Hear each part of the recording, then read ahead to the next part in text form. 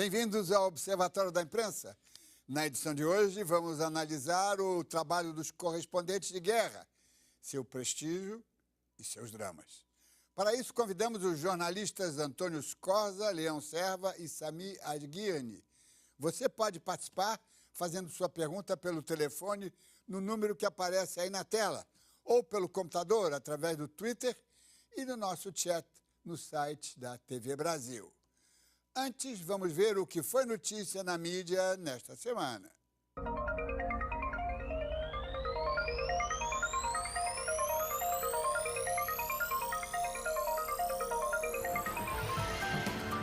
Um grande astro do futebol não tem direito à privacidade? Aquele que foi famoso no passado não merece hoje o respeito dos contemporâneos? Sócrates, o legendário capitão da legendária seleção de 82, está numa UTI em São Paulo, vitimado por uma cirrose provocada pelo alcoolismo. Publicar o rosto inchado e deformado do carismático craque na capa de um semanário de grande circulação não é apenas falta de respeito humano, é mau jornalismo. Pior ainda foi o comportamento de O Dia. No sábado, publicou na primeira página dramática foto do técnico do Vasco da Gama em coma, entubado numa UTI, depois de sofrer um AVC hemorrágico. O Hospital Pasteur e a família de Ricardo Gomes protestaram. Além da lamentável quebra da privacidade, a foto estava superada. No sábado, o técnico já respirava sem aparelhos, falava e sentava-se parte do dia. O Dia tomou duas decisões erradas. Além de publicar informação requentada, imaginou que o seu público não merece um jornalismo decente.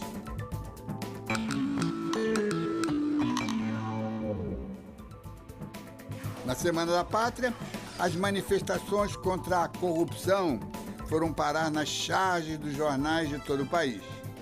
O movimento, que já teve nos caras pintadas seu maior símbolo, ganhou uma nova versão: os caras de pau pintadas. Na coluna de Maurício Menezes, o constrangimento provocado por uma repórter que falou o certo no lugar errado. De olho na gafe.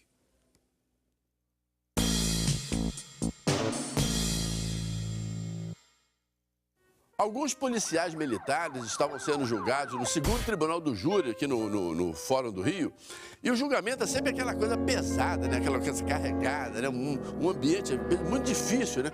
E uma colega da Rádio CBN, já era madrugada, que estava cobrindo o julgamento, ela recebe um pedido da rádio para fazer um flash, né? Para ela entrar no ar, contando como é que estava o andamento do julgamento. Pô, bem, a colega saiu da sala de audiência, foi pro corredor, foi lá para trás, subiu, desceu, e sem saber onde ela estava direito, ela foi parar atrás de um biombo, onde ficava sentada a juíza. E de lá ela falou, né? Olha, estou pronto aqui, pode colocar no ar. Aí abriram, fala nossa colega e tal. E ela entrou. Estou aqui no 2º Tribunal do Júri. Quando ela começou a falar, o julgamento parou. Porque era como se ela estivesse falando da sala de audiência, né? E ela começou a relatar que a juíza atrasou, que o promotor estava enrolado, que o advogado de defesa era muito fraco. E mais, que os PMs, segundo previsões, seriam condenados a pelo menos 100 anos de prisão cada um. Olha, quando a colega terminou o flash, que ela voltou para a sala, o julgamento tinha virado um pandemônio. De olho no passado, a historiadora Isabel Lustosa nos conta a história do jornal Aurora Fluminense, que pertencia a Evaristo da Veiga, o poeta responsável pela letra do hino à independência.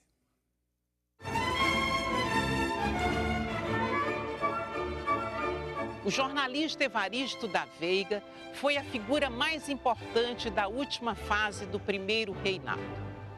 Filho de um mestre-escola, dono de livraria, ele mesmo, aluno brilhante que depois se dedicaria ao comércio dos livros, foi praticamente um autodidata. Respeitável por sua vasta cultura, seu conhecimento das línguas estrangeiras, aqui da sua livraria, na antiga Rua dos Pescadores, esquina com a Quitanda, ele desenvolveu uma política em defesa da Constituição e da liberdade de imprensa que marcou a sua época.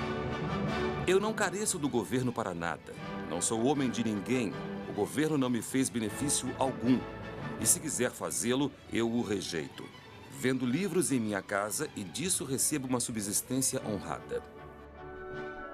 Evaristo da Veiga fez toda a sua trajetória, primeiro como empresário, depois como jornalista e finalmente como deputado, na defesa do Brasil, da preparação do Brasil para o destino que lhe estava reservado no contexto internacional. Foi assim que lutou para que o Brasil se aproximasse muito mais da América, das repúblicas americanas, do que da antiga Europa que o tinha tanto oprimido. Deu-se um tiro no Evaristo, no livreiro deputado. Muito mal feito foi isto, foi tiro muito mal dado. Dizia a quadrinha publicada em um dos tantos jornais caramurus que incendiavam o Rio de Janeiro naquele ano de 1832. Evaristo da Veiga fora vítima de um atentado, então atribuído aos Andradas. Depois da abdicação, os Andradas se juntaram em torno do projeto de restauração de Dom Pedro I, que divulgaram através desses jornais e desse verdadeiro partido que adotou o nome de Caramuru. Evaristo da Veiga foi um combatente de primeira hora, tanto do papel de José Bonifácio como tutor do pequeno imperador Dom Pedro II, quanto desse projeto de restauração de Dom Pedro I, encerrado com a morte do imperador lá em Portugal em 1834. A carreira do jornalista, deputado e livreiro Evaristo da Veiga, autor da letra do Hino da Independência, pode se resumir na legenda latina que, traduzida para o português, diz: no meio, a virtude. De olho no mundo, o correspondente da Globo News, Ariel Palacios, analisa as acusações de excessos da mídia argentina no caso do desaparecimento de uma menina de 11 anos de idade que acabou sendo morta pelos sequestradores.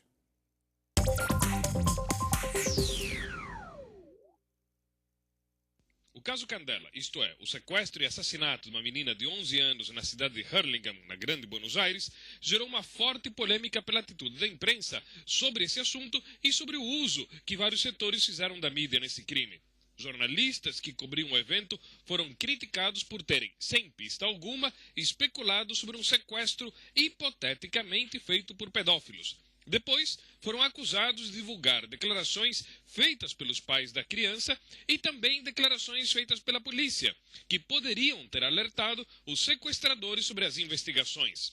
A polícia também foi alvo de críticas, já que foi quem filtrou as informações para a imprensa em vez de manter o sigilo. As críticas também foram disparadas contra a classe política, pois tanto o governo como a oposição tentaram usar a mídia para tirar proveito do impacto social do crime, ocorrido justamente há 1 mês e meio antes das eleições presidenciais. De quebra, alguns dos principais artistas do país fizeram uma espécie de vigília televisiva para pedir a liberação de Candela. Um deles, Ricardo Darín, lamentou seu envolvimento na campanha, afirmando que a classe política argentina havia usado o caso Candela de forma vergonhosa. Nos últimos anos, tal como em outras partes da América do Sul, a mídia argentina dedica amplo espaço aos crimes. Mas desta vez, os analistas afirmam que a mídia, junto com a classe política, a polícia e os artistas, magnificaram a cobertura desse crime, criando para a população grandes expectativas de um final feliz que não acabou acontecendo. A ideia de que o jornalismo é a última profissão romântica, infelizmente, ficou superada pelo modelo de negócio adotado pela grande imprensa. Com a profusão de conflitos bélicos e a facilidade para cobri-los em qualquer parte do mundo, estamos agora diante de outra ilusão, a de que o correspondente de guerra é único na redação, com oportunidade para viver grandes aventuras e bravuras. Em primeiro lugar, é preciso registrar que esta aura de heroísmo que ainda envolve as guerras é a grande responsável por sua imagem enganosa e triunfalista. Guerras não são charmosas, são sujas, infames, produzem mais dor do que fervor, tanto para os vencedores quanto para os perdedores. Não existem guerras sem morte, sem sangue, sem dor, sem luto. A defesa da sociedade contra o narcotráfico ou gangues corruptas pode exigir mais bravura do que enfiar-se numa trincheira ou correr das balas ou mísseis disparados de um ponto situado a quilômetros de distância.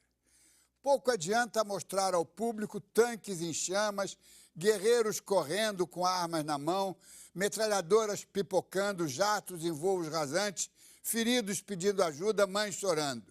O leitor, ouvinte ou telespectador, antes de tudo, quer saber por que os homens estão se matando em vez de sentar para negociar. Cobrir guerras não é o lado mais empolgante do jornalismo. Explicar contenciosos e, sobretudo, não alimentar rancores é missão muito mais heróica. E só os jornalistas podem desempenhá-la. O avanço das guerras e conflitos no mundo fez aumentar e muito o número de profissionais da mídia mortos em campos de batalha. Nos últimos 15 anos, mais de 800 jornalistas morreram trabalhando. Só no ano passado foram 57.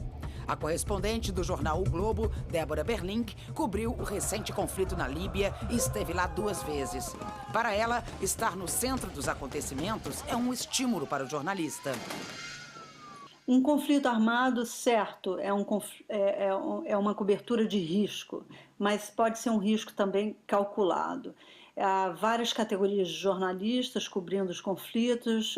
Uma primeira categoria eu chamaria de kamikazes, são aqueles que, por exemplo, se jogam num tanque junto com os beligerantes e acompanham a ação e praticamente lutam sem armas.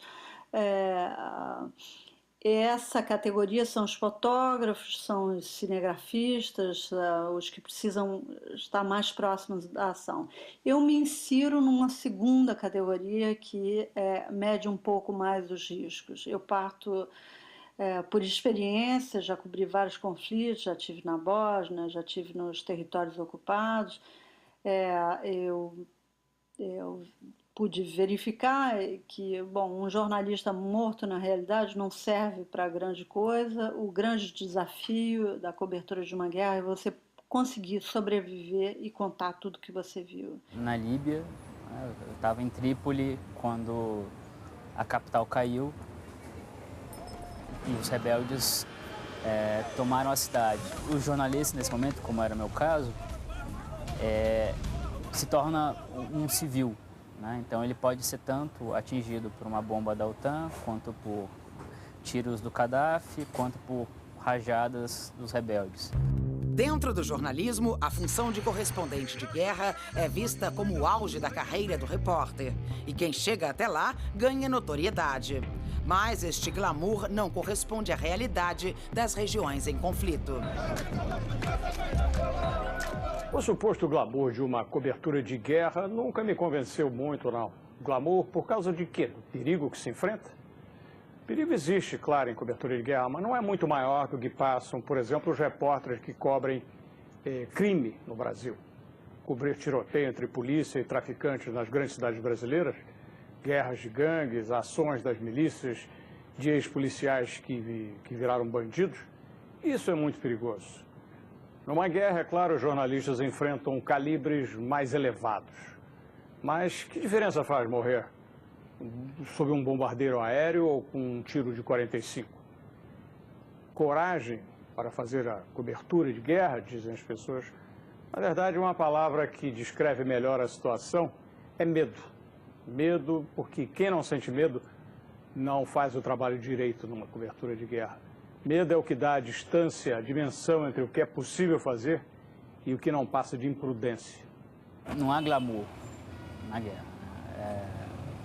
O que existe são batalhas, sangue, tiro. E quando não há essa ação, esse fato ostensivo da guerra, onde existem bombas, balas, existe a parte silenciosa, que na verdade é a mais dura, que é o sofrimento das pessoas.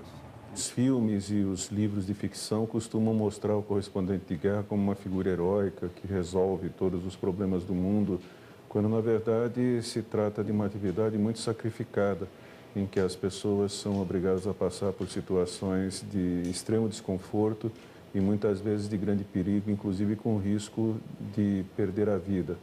Então, acho que muita gente idealiza a condição de correspondente de guerra, quando de fato ela é uma atividade bastante difícil de ser exercida. Trabalhar em cidades transformadas em campos de batalha envolve uma operação difícil e requer muito empenho do profissional. Para os fotógrafos e cinegrafistas que precisam estar no meio do conflito, o risco é ainda maior. As glórias, os louros em coberturas de guerra ou de crime costumam ir para os repórteres, que vão para quem assina a matéria, para quem põe a cara no vídeo. Mas com base na meia dúzia de guerras que eu já cobri, eu posso dizer que é mais apropriado dar crédito para fotógrafos e cinegrafistas. Eles sim não podem ficar mandando notícias longe da ação, sobre o conforto de um hotel usando o laptop. São eles que têm que chegar perto dos ataques, dos tiros, dos combates, e só assim conseguem as imagens que correm mundo. A eles, portanto, o crédito que merecem como verdadeiros correspondentes de guerra.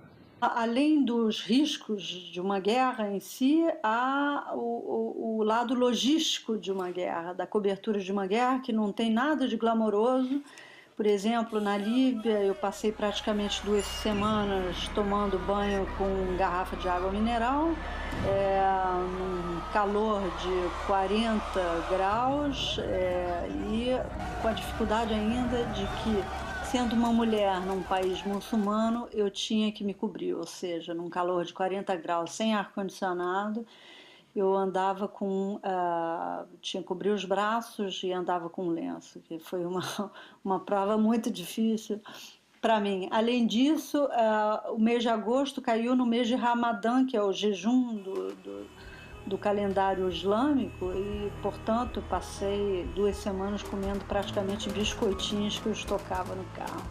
Enfim, a cobertura de uma guerra é sempre fascinante, mas não é uma cobertura para amadores. Numa época em que o Twitter, o Facebook, as redes sociais, a internet de uma forma geral estão muito presentes, ou seja, a propaganda está muito presente.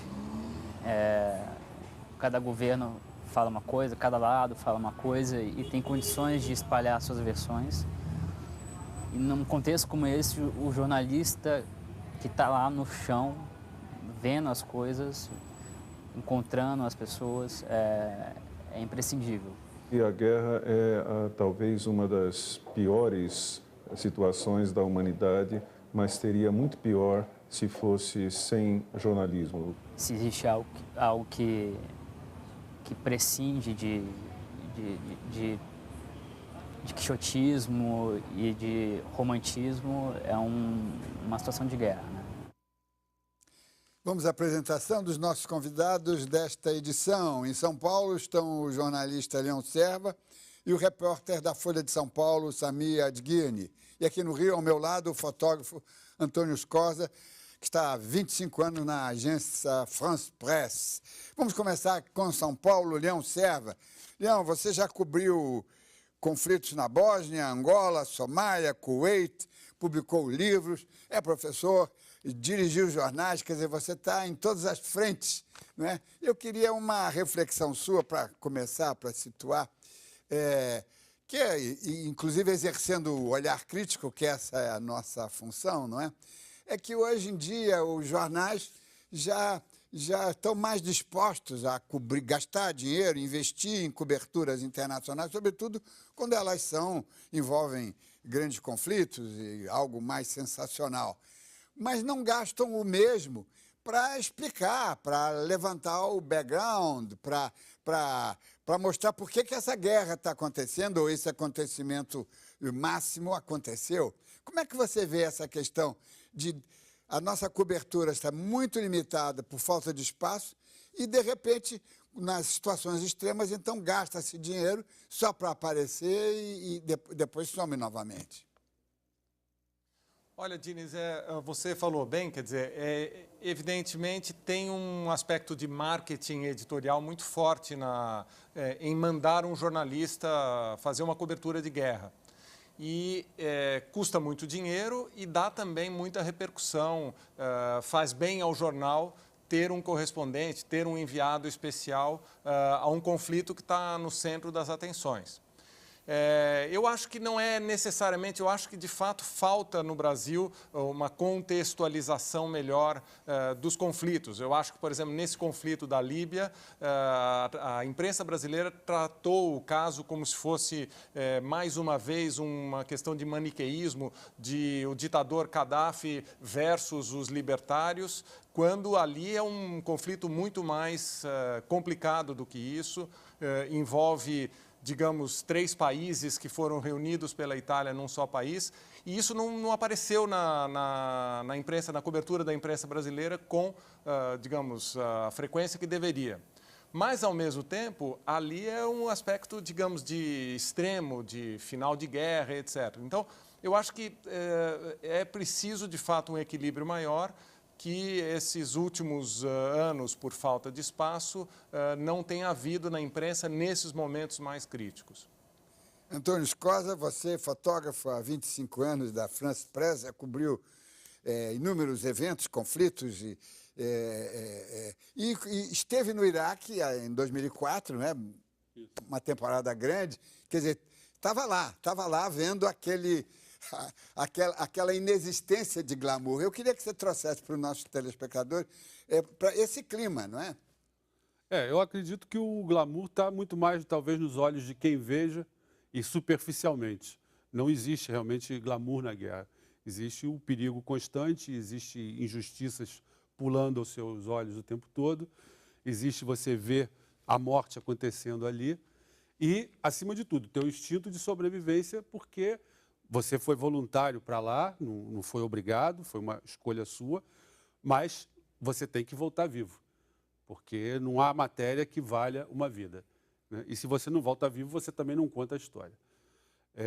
Dentro disso, eu procurei, na minha cobertura, não só a parte guerra, que eram os soldados, as explosões de oleoduto, os ataques aos comboios de transporte de combustível, né, essa coisa toda, mas também procurei retratar a vida diária de um povo invadido por outro, que mantinha o seu mercado funcionando, o artesão continuava fazendo suas peças de cobre, né, e os soldados passando e tendo uma influência política e sendo os novos donos do país, né, na verdade, e no meio de uma cidade em que você olhava os prédios e via os cabos telefônicos arrancados e soltos na rua, os tanques de guerra americanos passando por cima de calçadas e mulher com criança pulando, né, porque não se respeitava nada, e os buracos, né, feitos pelas bombas nos edifícios.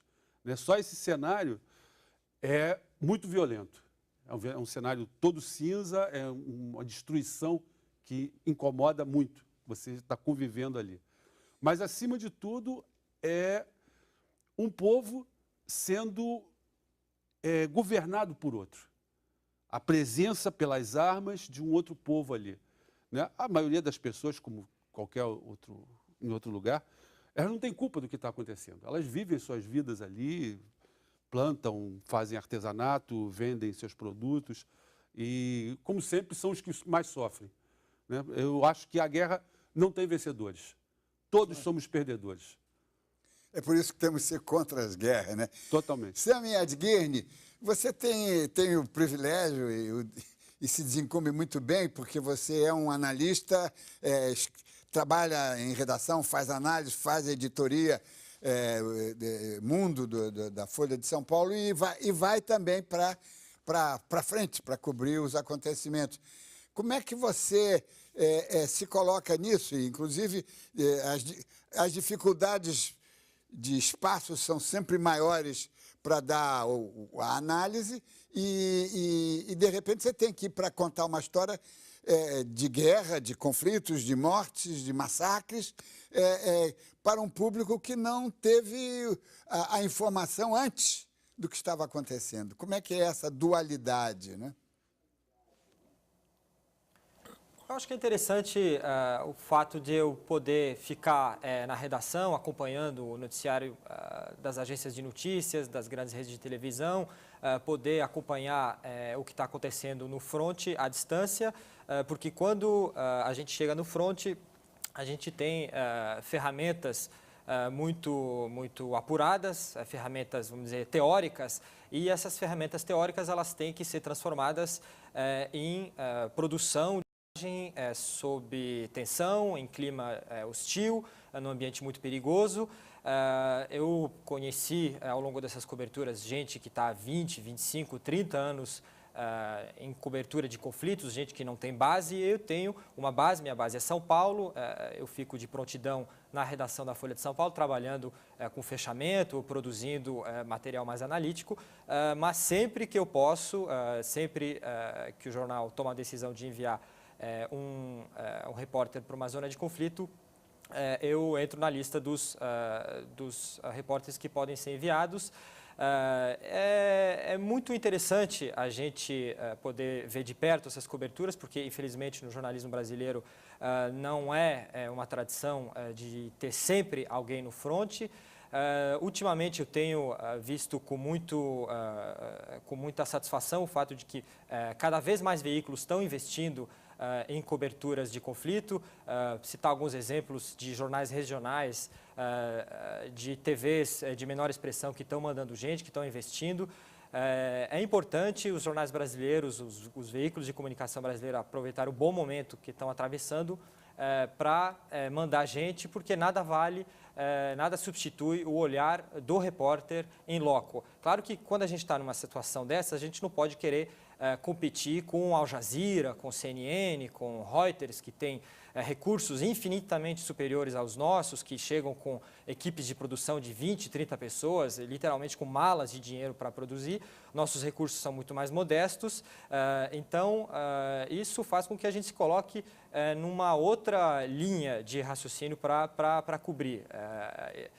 A gente pode ver a cobertura feita pelo Diego Scosteg, que apareceu agora há pouco, pela minha colega Débora Belink, do Globo, a Folha de São Paulo, o Estado de São Paulo. Cada um, à sua maneira, conseguiu trazer histórias exclusivas, conseguiu trazer um olhar exclusivo.